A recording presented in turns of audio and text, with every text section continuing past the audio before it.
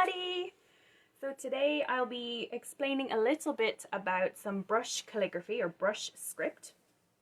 So some things that you might need for this, if possible, could be a type of brush marker. So there's a lot of varieties of brush markers. These are my personal favorite. I'm not sure, Celine, if this is too visible right now, but it's the Pentel Touch Sign pen, and these are really good. It's a sparkly cover or sparkly body of the pen, so that's how you can tell it apart from the general felt tip ones by them. So it should be a little sparkly. They come in a variety of colors. There's blue, grey, black, there's pink and green and orange. These Tombow pens are very, very popular online for brush calligraphy. They're probably a little bit pricier, but if it's something you're interested in getting into, these are great for beginners because they have a larger felt tip.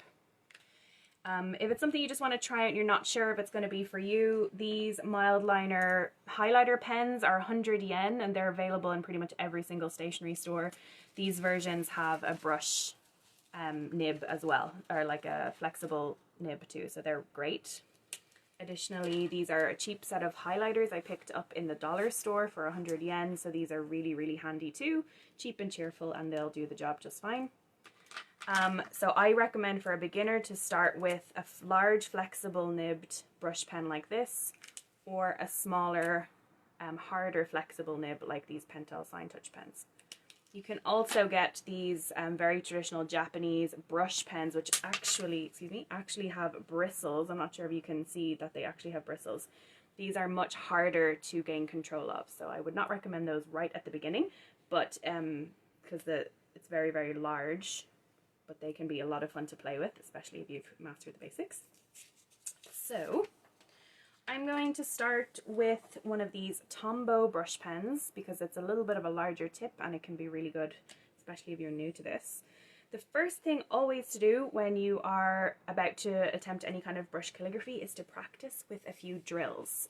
Even the best of the best calligraphers start off with some drills to warm up and practice your strokes. Basically, for this kind of lettering, the main points is that a downstroke should be thick and an upstroke should be thin. Thinner than that. That wasn't great. About like that. So to practice your strokes, it's good to go heavy on the downstroke, lighter on the upstroke, heavy on the downstroke, lighter on the upstroke. So just some basic drills, or you can practice like maybe drawing an upside down M. So these kind of drills can be helpful. So heavier on the down, lighter on the up. So that's with the thicker brush tip. It would be exactly the same if you had one of these smaller, tighter ones. I find these easier to handle personally, but it's up to you. Also depends on what kind of size you want when you're writing. So down, heavy down, lighter on the upstroke. So these kinds of drills are really good to warm up, even if you're already very skilled at this.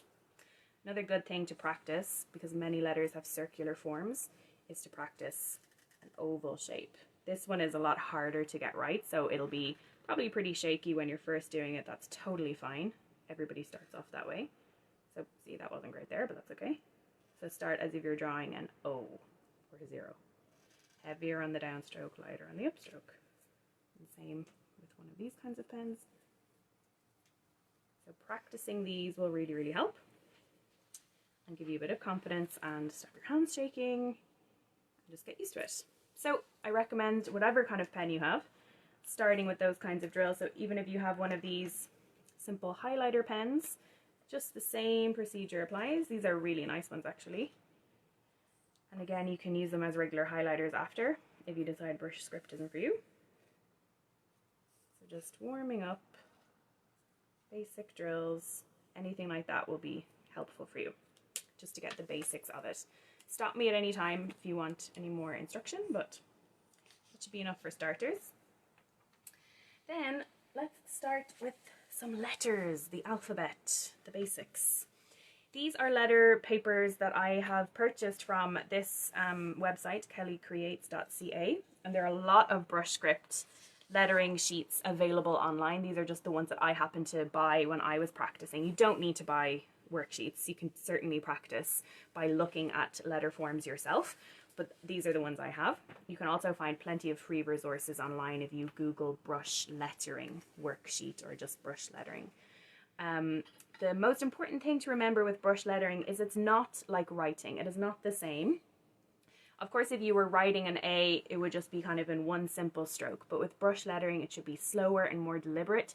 It's more like drawing letters rather than simply writing them like you would an ordinary letter. So let's see, I haven't done these worksheets for a long time, so let's see if I can get it to work. So we should start, and this letter will have 2 main strokes, and it's a good idea to stop and lift your pen after the first stroke, which is how it's different to regular writing. So down for the O, or up for the O, and then our tail for the A. So by tracing, we can get good muscle memory to remember. So make our O shape, lift and stop the pen, down for the tail of the A. We can control it a little bit better than if we were simply trying to do it all in one stroke. You practice with a larger pen in case that's what you might have. Go with blue. So we have our O, lift and stop, and again for the A. Make our O, stop, and down for the rest of the A. So that's how it's different to writing, and it should be deliberate, slow, really good for mindfulness or meditation if you need to relax. This is a nice way to do it. It's all about deliberate strokes, practicing our ups and our downs. So that's the A. I guess we'll continue with B, unless anyone has questions. So there are tons of different ways to draw letters. This is the one on her paper, so I'll go with that. That's what I have here. But depending on your own personal style or the way you like more curly letters, it's totally up to you. So the basic stroke is thin on the up for the B and thicker coming down. And then thicker coming down and thinner on the upstroke. So it kind of depends on what your personal style is or how big your brush pen is. Give the B a go here. You might like your letters to be a bit bouncier. I'm not great at doing bouncy letters. I try to make them all fun and funky and they just end up in a straight line, so that's not my forte. But some people are really nice, are really good at making kind of bouncier letters. It's pretty simple. Or you can just do a basic down and make it be like that. Down, thin on the up, and fatter on the downstroke.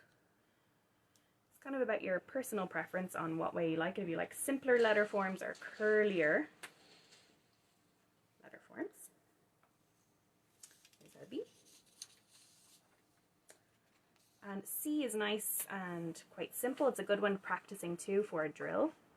So we start and thicker on the downstroke, thinner on the upstroke, as always. Or you can do your little addition tail if you're doing it in cursive writing too. So C can be nice and meditative kind of letter. C. This brush pen is getting a little old, so it's not showing my thin upstroke so well.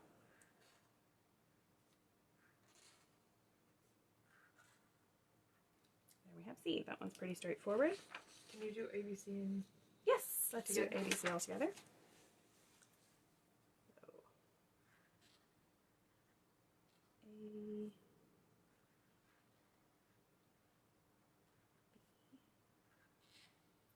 C.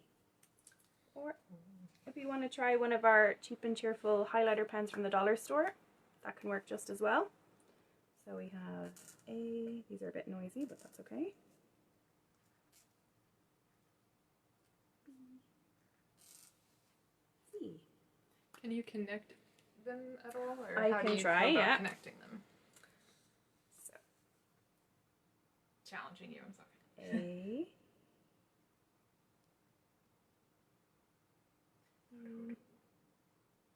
C. That's not so natural of it. It's not a letter connect, like a letter pairing you would ever have together. I don't think there's many words that start like that. But I will show some common words at the end that I think would be useful for if you're making cards or notes or anything like that. I think it's going to be very boring if I go through every single letter in the alphabet, so... Well, maybe just go through the hard ones. Okay.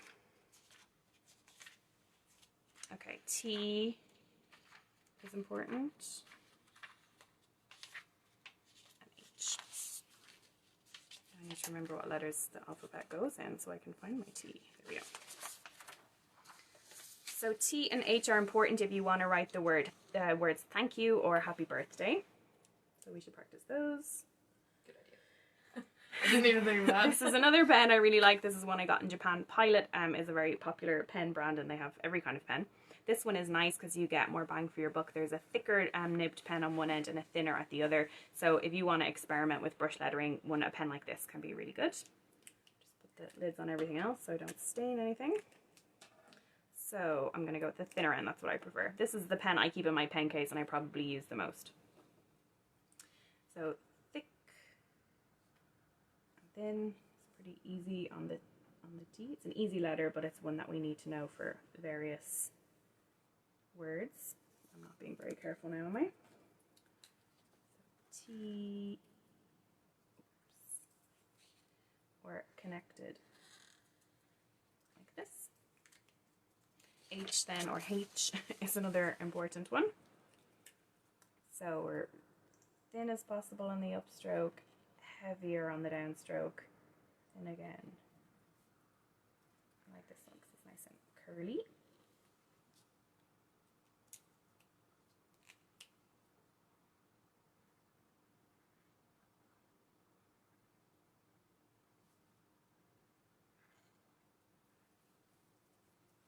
So let's try and connect the two letters T and H. So down for the T.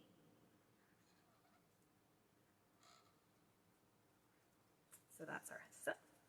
Another thing I like to do, which is a bit more complicated but I think looks nice, is to go down on the T and use the arm of our H to cross our T. So you can bring it through the T like this. And I think that can look nice. So depending on what your personal preference is. This one's probably a bit simpler, or just our regular letters connected together. Or down on the T and bringing the top of our H over. Now, those ups and downstrokes aren't looking very differentiated there, but that's alright. Down on the T. Definitely notice how I'm stopping and lifting my pen after each stroke. It can be tempting to try and not lift your pen, and it just doesn't turn out as clean, I think. It's not as relaxing. So we stop for each. It's not like cursive in that way. Okay, maybe another combination could be L into O, because that's how my name starts. It's also how love begins. If you want to write I love you, use pink for that. So we have our regular L, and O's can be a little tricky while you're still getting used to your ups and down strokes, because you need to be really clear on those, but it's good practice.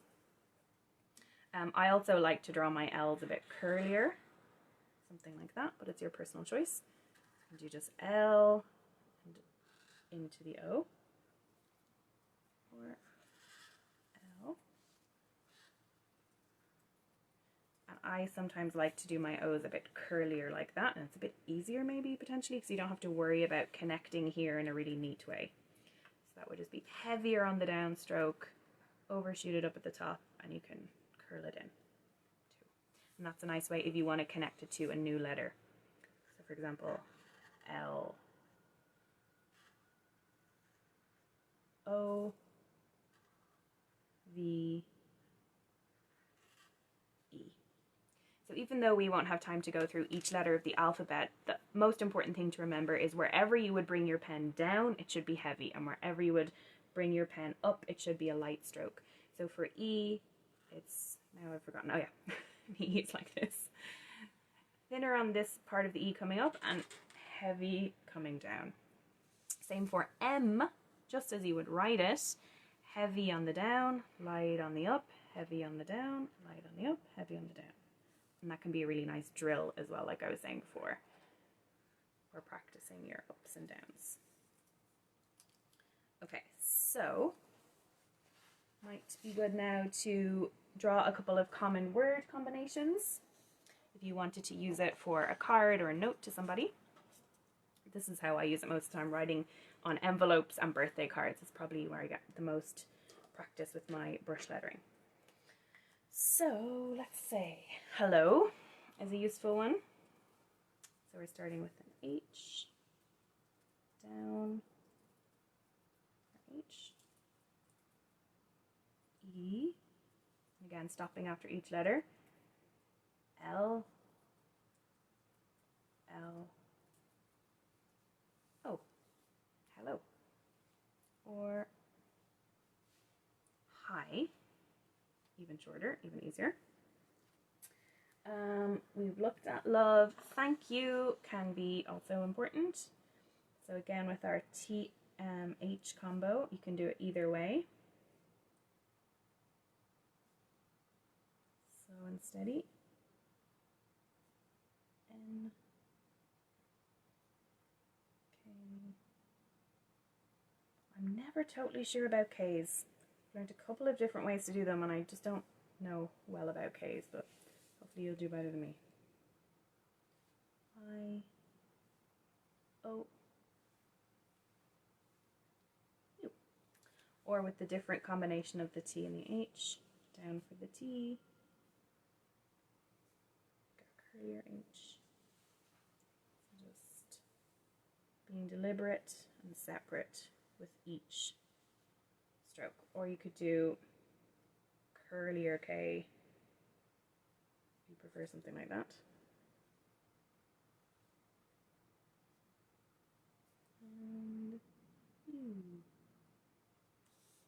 And happy birthday is another important phrase you might have use for. H, A.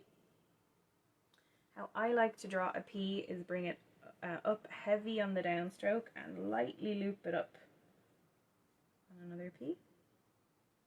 Heavier and looser. Happy birthday. Bring our B. You can connect these any way you like. I've brought that connect right up high to the I, but you could have connected it lower. It's up to you. R. Another TH combination. I'm going to do it this way. Earth. I like my D's to be a bit curly.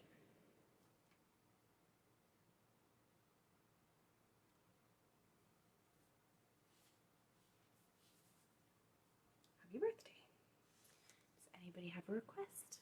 What would you like me to write? Japan. Or no, Ooh. Fukushima. Ooh, that's a long one. Thanks, Celine. Sorry. I don't have the best Fs in the world, but we'll give it a go. If a letter is kind of tricky to connect, I don't connect it. It's hard to connect an uppercase letter to a lowercase letter sometimes, so I just didn't connect it there. It's your writing. You can do what you like. Good. Oops, that's a bit thick there.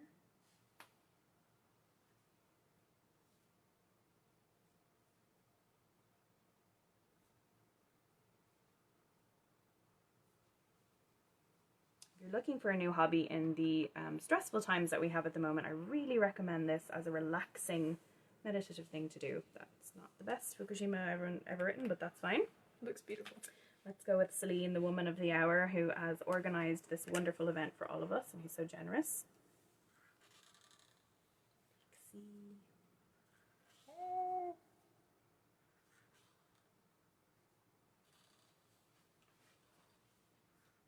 So definitely practice with your own name first, because that's the name that you know best and you're most familiar with writing, your hand and muscle memory is most familiar with. So practice with your own name first, and then with common phrases you think you'll use. Happy birthday, happy holidays, Merry Christmas, thank you, love, hello. Phrases like that can be really good. There's tons of cool techniques as well that you can do, especially with these larger felt tipped markers. I'm going to try this now and see if it works. But these Tombow markers are great, and there's tons of YouTube videos about different fun ways to use these. You can even use them as watercolors if you color them onto some plastic. So I'm going to tip think it's like tip transfer color technique or something like that, or maybe I made that up. So this works best with two colors that are kind of quite different from another. Maybe one's lighter and one's darker. This won't ruin your markers because you can color it out after and it'll go back to normal. I tried this earlier and the color has completely gone from then. So just transferring colors across the nibs. And we'll see if it works. So we'll start with H. So you can see a little bit of pink in that. That didn't work so well. I probably should have held that a bit longer. See if the pink's any better.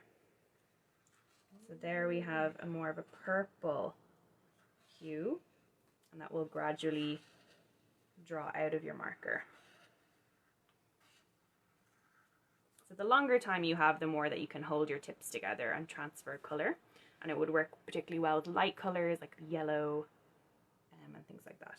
I don't know if we're going to get much out of this blue now. Try and rub some more pink on.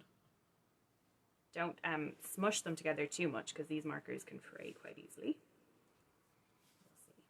What kind of paper do you use? There we go. I'm currently just using run-of-the-mill printer paper.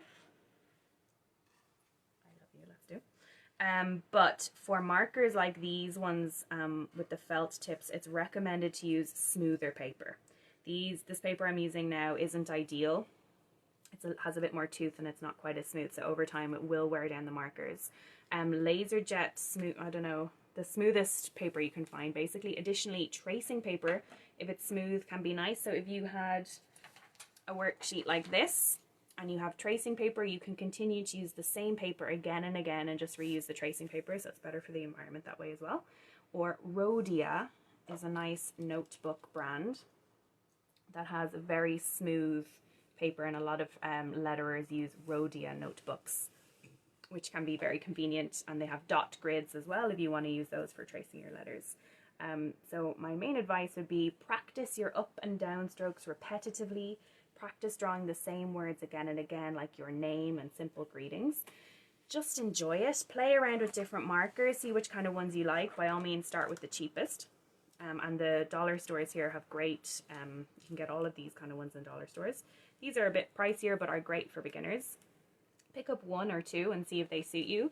I think the best colors to start with are certainly a black. A black is always going to be useful for anything that you might want to draw. A grey is nice if you want something that's a little less harsh than black. So these kind of colors can be nice. And then pick your favorite colors. My favorite color is blue. So I have about 50 blue markers and not many other colors. But pick what you like. Just keep practicing, practice your own name. Don't worry too much, I would say, about keeping it specifically within a specific box or size. Just have fun with it. Do you have any favorite YouTubers that do calligraphy? Not specifically YouTubers, but or like people who do tutorials. The woman who did these worksheets used to have a lot of stuff online too. A woman called Dawn Nicole has a really good blog with a lot of lettering resources. One thing as well I forgot to show that can be good if you want to get that calligraphy look but you don't have a brush pen is I'll practice with the word hello. The same rules apply in that I'm going to do deliberate strokes with my pencil, stopping after each stroke as if I had a brush pen. Okay, so now we want to thicken up our downstrokes to make it look like we've done this in calligraphy. I find the easiest thing is to just draw a parallel line to thicken up the downstrokes. I do this if I don't have a brush pen to hand and I need to draw something nice. Just thicken them up. I'm using a pencil now, but you can use whatever pen you have. And then just colour them in. Rushing a little bit here, but should still look okay.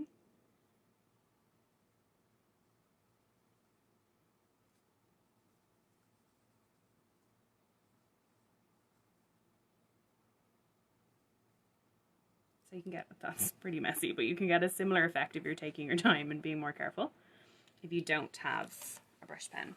These Tombow markers have, I was explaining the nib I was using, and they also have a regular marker end. So that's another benefit to getting a marker like this. But say you only have a regular felt tip marker, you can certainly do this same technique and just try and thicken your downstrokes a little. And it's faux calligraphy or fake calligraphy. The more careful you are and the slower you are, the better it looks. You can get a similar effect without having a brush pen. So yeah. Any other tips and tricks? Just enjoy it. I practiced and practiced and practiced over a summer quite regularly, and I just found it to be very relaxing. And don't put pressure on yourself. Yeah. So that's all I have to say. Upside down. Really. But yeah, enjoy it. Choose random brush pens. If you happen to be here in Japan, you have a massive amount of pens at your disposal. I would go into the shop, set yourself a budget, 500 yen, 800 yen, pick a few pens and play around with what kind of size or nib tip that suits you the best, and just enjoy it. There are a lot of free worksheets online, and just keep going heavy on the downstroke, light on the upstroke. That's the basics. So, thank you. Alright, and one last thing. We do still have 5 calligraphy services available, so if you maybe don't have the money to purchase any pens, which Lou had some good suggestions from Daiso, but if you maybe don't have the time, Carmela is still doing calligraphy services. Those are 500 yen, so just send me what you want, and we'll get you figured out. The raffle is going to be in 20 minutes. So, if you want to be in on any of those raffles, get into it quickly, okay? So yeah, I will see you all in 20 minutes or so for that raffle. Alright, see you then.